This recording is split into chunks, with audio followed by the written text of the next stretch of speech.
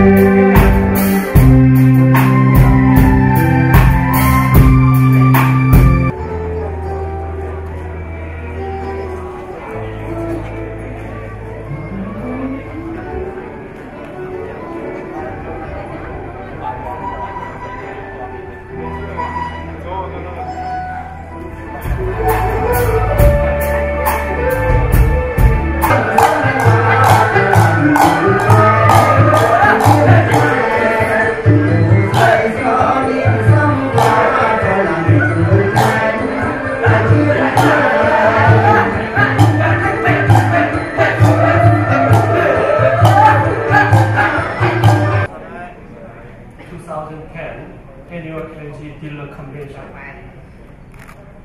I would like to extend my special appreciation to Mr. Woody Nam, Asia President and CEO of LG Electronics, for his kind presence today.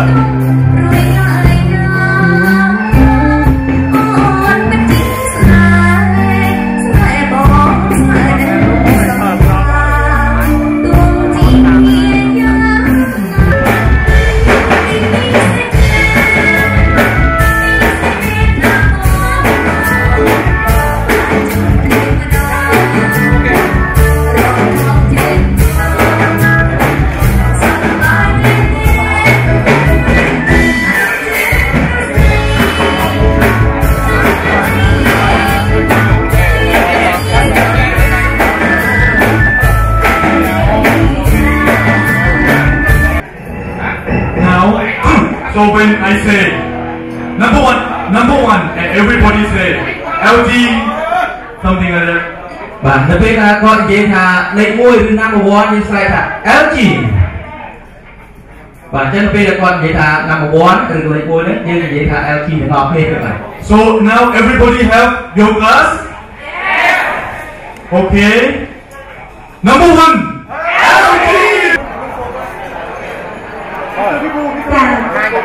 Xong ra làm mình nhớ cả bài họ luôn đầu tiên sau đây là ngọc ní xong là một ngày và xong mình nhớ cái cả cái này ngoài là from đây luôn á và bao giờ lại bao giờ tôi có tiền thang các bạn tiền nhiều bạn chơi đồng quân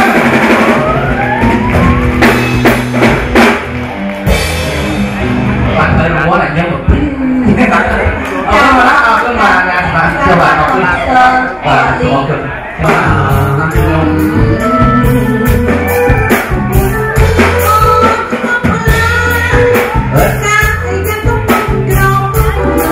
tập trung phải lấy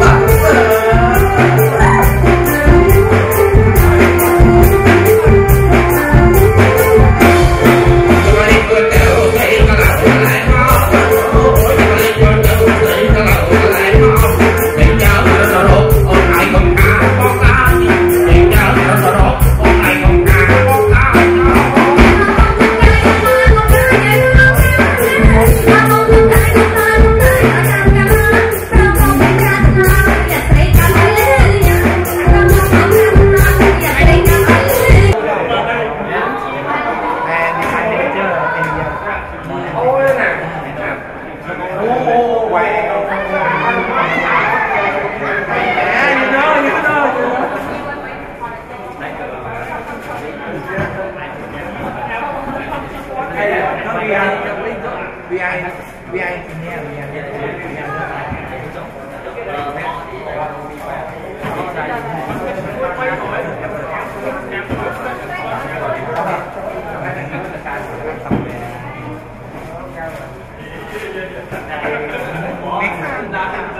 This time, hey.